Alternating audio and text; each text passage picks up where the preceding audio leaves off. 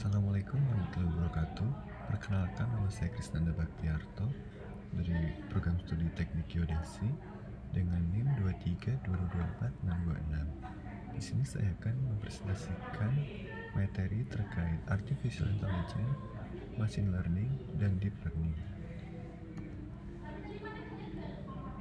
Terdapat 3 pembahasan yang akan saya sampaikan saat ini, yaitu yang pertama ada Artificial Intelligence, yang kedua ada Machine Learning, dan ketiga ada Deep Learning. Yang pertama ada Artificial Intelligence.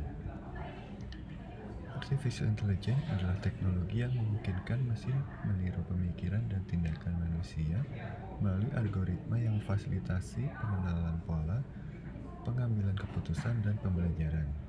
AI mampu meningkatkan kinerja dari data yang diproses melalui machine learning. Terdapat 2 jenis AI utama. Weak AI yang menangani tugas spesifik seperti chatbot, dan Strong AI yang menjalankan berbagai tugas kompleks. AI mencakup bidang seperti Natural Language Processing atau NLP, Computer Vision, Expert System, dan robotik, membuka peluang inovasi global dan mempermudah kehidupan manusia.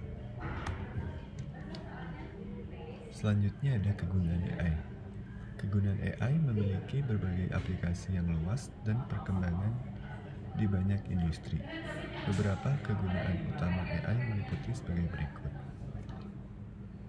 Yang pertama ada otomasi proses, menggantikan tugas rutin di industri seperti penggunaan robot di manufaktur dan chatbot di layanan pelanggan. Yang kedua ada big data analysis,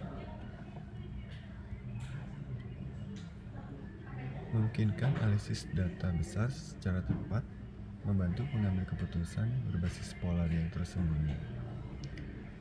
Yang ketiga, sistem prediksi dan rekomendasi, digunakan pada platform digital seperti Netflix, Amazon, dan YouTube untuk mempelajari referensi pengguna dan memberikan rekomendasi.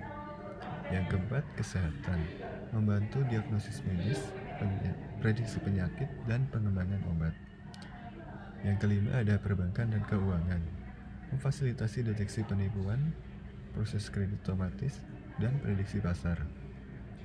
Keenam ada kendaraan otonom, memungkinkan mobil untuk mengenali objek dan membuat keputusan mengemudi serta mendukung sistem transportasi cerdas untuk manajemen lalu lintas. Selanjutnya ada aplikasi AI. Berikut beberapa contoh spesifik aplikasi AI. Yang pertama ada pengenalan wajah dan suara, digunakan dalam keamanan di bandara, perangkat mobil, dan alat pembayaran, serta dalam sistem asisten suara seperti Siri dan Alexa. Yang kedua ada asisten virtual dan chatbot, membantu perusahaan merespon pelanggan secara real time dan belajar dari interaksi untuk meningkatkan akurasi. Yang ketiga deteksi penipuan dan keamanan, digunakan di sektor keuangan untuk mengidentifikasi pada kecurangan dalam transaksi. Yang keempat, medis, membantu diagnosis melalui analisis gambar medis dan personalisasi perawatan pasien. Yang kelima, ada industri kreatif, mendukung pembuatan musik, tulisan, dan seni visual dengan mengikuti pola kreatif. Yang keenam, ada video game. AI menciptakan karakter dan pemain NPC yang lebih realistis untuk pengalaman bermain yang mendalam.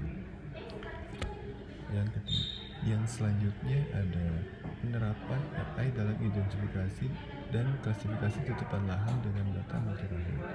Artificial Intelligence dapat menganalisis lebih cepat dan akurat atas perubahan lahan dari citra satelit, baik dalam mendeteksi perubahan hutan, perkotaan, maupun area lain.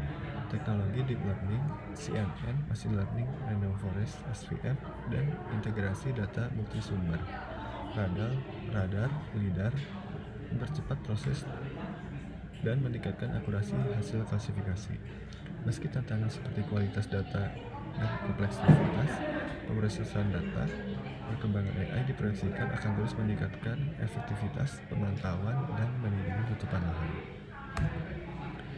Yang kedua adalah machine learning. Machine learning adalah cabang dari artificial intelligence yang memungkinkan komputer belajar dari data yang membuat keputusan atau prediksi tanpa diprogram secara eksplisit. Machine learning menggunakan statistik, matematika, dan teori probabilitas untuk menemukan pola dalam data. Ada tiga jenis utama machine learning. Yang pertama adalah supervised learning, melatih sistem dengan data berlabel untuk memprediksi atau mengklasifikasi data baru. Contohnya adalah pengenalan gambar. Yang kedua ada unsupervised learning, mengidentifikasi pola dalam data tanpa label, seperti clustering untuk segmentasi pasar. Yang ketiga ada reinforcement learning, sistem belajar melalui interaksi dengan lingkungan dengan umpan balik serupa reward atau punishment, misalnya dalam kendaraan otonom.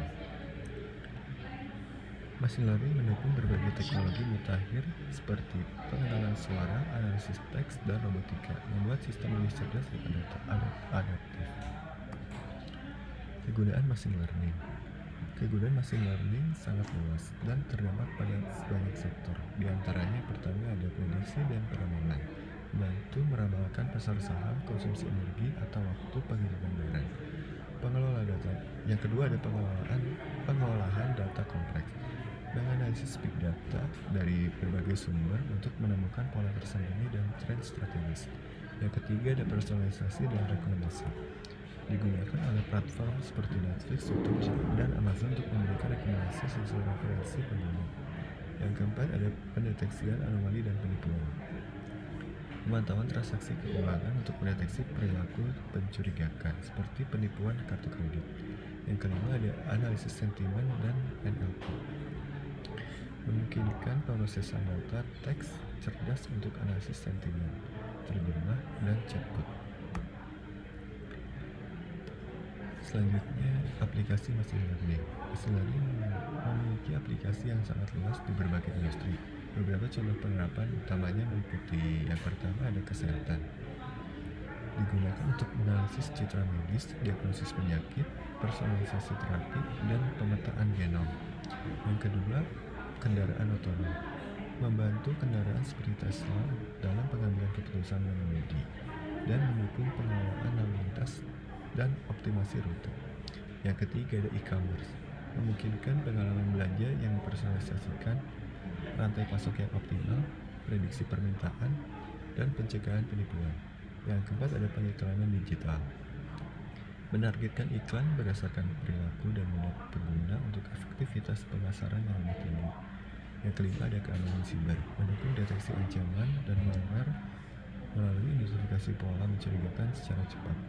Yang keenam ada perbankan dan keuangan, digunakan untuk penilaian kredit, pengelolaan portofolio, analisis risiko, dan prediksi pasar saham secara otomatis.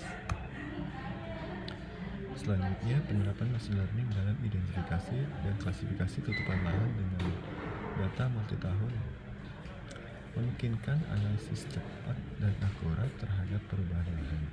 Algoritma seperti random forest, SVM, CNN, dan LSTM membantu mengenali dan mendeteksi pola perubahan dalam citra satelit, baik untuk klasifikasi jenis lahan maupun untuk pemantauan perubahan jangka panjang dengan otomasi dan skalabilitasnya. Machine learning meningkatkan efisiensi pemantauan tutupan lahan dalam skala besar, meskipun ada tantangan dalam kualitas data dan pemrosesan. Yang ketiga ada deep learning. Deep learning adalah cabang dari machine learning yang menggunakan jaringan saraf tiruan dengan berbagai lapisan tersembunyi untuk mengenali pola dalam data besar dan kompleks. Berbeda dengan machine learning tradisional, deep learning memungkinkan komputer untuk belajar pada tingkat abstraksi yang lebih mendalam, misalnya dalam mengenali gambar, lapisan awal mengenai tepi dan bentuk, sedangkan lapisan yang lebih dalam mengenali objek seperti wajah atau pemandangan. Deep learning membutuhkan data besar dan komputasi tinggi, namun sangat presisi dalam tugas kompleks. Jenis utama jaringan dalam deep learning. Yang pertama, Convolutional Neural Network atau CNN, dirancang untuk pengelolaan gambar dan video, mengenali pola spasial dalam tugas seperti deteksi wajah. Yang kedua ada Recurrent Neural Network atau RNN, digunakan dalam data beruntutan seperti teks, audio, cocok untuk proses data bahasa alami (NLP). Yang ketiga ada Generative Adversarial Network atau GAN. Kemudian dua Model bersaing untuk menghasilkan data realistis, digunakan untuk menghasilkan gambar atau seni digital. Selanjutnya ada kegunaan deep learning. Deep learning sangat berguna dalam berbagai aplikasi yang memerlukan analisis data kompleks dan besar. Yang pertama ada pengenalan wajah dan objek. Deep learning digunakan untuk mengenali wajah atau objek dengan akurasi tinggi dalam sistem keamanan biometrik, seperti pada ponsel dan pengawasan. Yang kedua ada pengolahan data alami atau NLP. Deep learning membantu memahami konteks, analisis sentimen, dan perubahan dan pembuatan teks yang diterapkan pada chatbot, penerjemah otomatis, dan asisten virtual. Yang ketiga, kendaraan otonom. Kendaraan otonom memanfaatkan deep learning mengenali rambu lalu lintas, kendaraan lain, dan pejalan kaki, serta mengambil keputusan secara real time. Yang keempat, sintesis dan pengenalan suara. Deep learning memungkinkan perangkat seperti Alexa dan Siri memahami perintah suara serta menghasilkan suara yang mirip manusia melalui text to speech. Yang kelima, kecerdasan buatan dalam game. Deep learning memungkinkan AI game belajar dari pemain, menciptakan interaksi yang lebih canggih dan realistis. Selanjutnya ada aplikasi deep learning. Berikut beberapa aplikasi utama deep learning yang telah digunakan dalam berbagai industri. Yang pertama, untuk kesehatan. Deep learning membantu diagnosis medis melalui pengenalan citra medis, MRI, CT scan, dan X-ray, dan deteksi dini tumor kanker. Deep learning juga digunakan dalam terapi medis yang dipersonalisasikan berdasarkan data genetika dan riwayat pasien. Yang kedua, kendaraan otonom. Kendaraan seperti Tesla dan Waymo menggunakan deep learning untuk mengenal objek, merencanakan rute, dan membuat keputusan secara mandiri. Yang ketiga ada perbankan dan keuangan. Deep learning mendeteksi penipuan, menganalisis risiko, mengelola portofolio otomatis, dan memprediksi pasar saham. Yang keempat, keamanan siber. Deep learning digunakan untuk mendeteksi anomali dalam jaringan dan mencegah serangan siber dengan menganalisis pola perilaku. Yang kelima ada industri kreatif dan hiburan. GIN digunakan untuk membuat gambar, musik, video, serta efek visual dalam pengeditan otomatis dalam film. Yang keenam ada e-commerce dan retail.